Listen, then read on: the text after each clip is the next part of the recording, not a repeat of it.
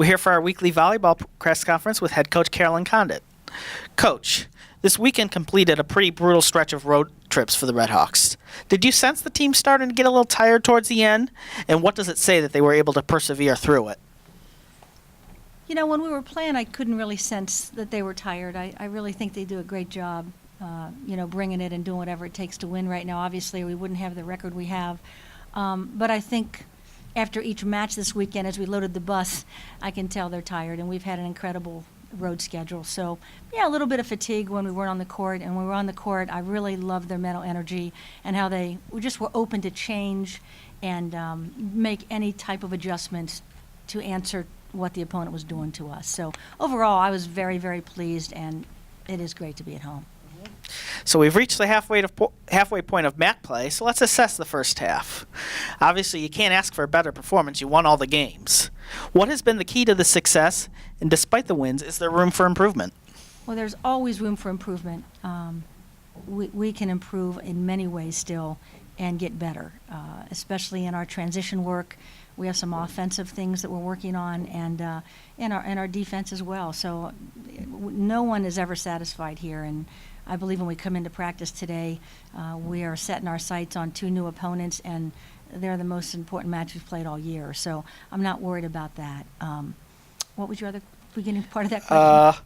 Just kind of assessing the first half of the. Yeah, sure. Well, the first half, I'm pleased because this year more than last, we've had more hitters step up and be effective in every zone of the net. And as a result, we're tough to play. You just can't key in on one hitter in our front line or 2.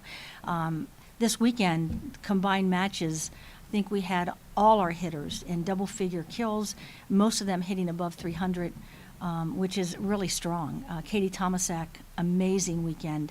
And Stella Kukoc, our sophomore, carrying the load of primary passer. What she did this weekend, she deserves to be tired today and yesterday. But I'm very proud of individuals stepping up at different times, and our setters are doing an amazing job and continue to get better through the entire first half of conference play. And I'm so pleased because sometimes coaches don't want to run a 6-2 because you have to have 2 setters that are both very good.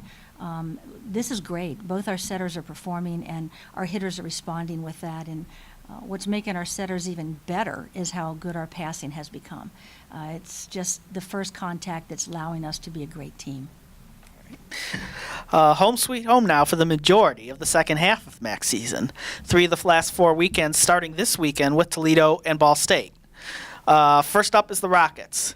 They sent a big message this past week with wins over Ohio and Kent State. What can we expect from Toledo? I think we can expect a team that knows that they're better than what the preseason poll tabbed them as. I think they're very determined. They're well coached. They have Rachel Vitorek, their middle, who is one of their middles, is very effective attacker, and she's in max stats. I think their setter does a really nice job in accuracy and in how she designs the game for her hitters. I believe they're playing a tenacious defense as well, and out to prove themselves. Our job is to make sure they don't upset the next East opponent, which is us. But yeah, they've done some good things, and even on the road. So we certainly don't take Toledo lightly and have a great respect for what they might bring in here. Next up would be Ball State. They're very young, but they're talented. So what can we expect from the Cardinals? You know, they moved into 3rd place in the West Division just behind Toledo, who's 2nd, just behind Northern, and they're both playing well on the road as well as at home. So, first-year head coach, I think she's doing a great job and is getting them play well together. They have a freshman setter who is very poised, and if you watched her play, you wouldn't say she's in her first year at Ball State. And I think because of that, it's helping their offense generate some good numbers, and they have some big hitters on that team.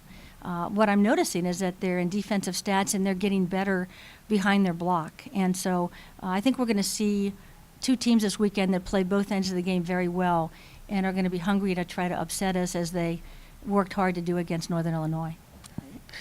Finally, this weekend, it's Alumni Weekend. Are you expecting a good amount of your former players back? And how fun is it to get to see them and share old stories? Well, it's always fun to see the alums come back as adults, and Yeah, it'll be a lot of fun. I'm sure they share a lot of stories that I might not hear about, but that's part of Alumni Weekend, too. It's great because we have maybe 15 or more coming back to compete at our noon match on Saturday. And then, of course, they'll be there in full force for our Ball State match and then our gathering afterwards. But it's a special weekend, and I think it's a credit to our program and to our tradition to have these alums want to come back each year. So very excited to see all of them. And those that can't come back will probably get back next year.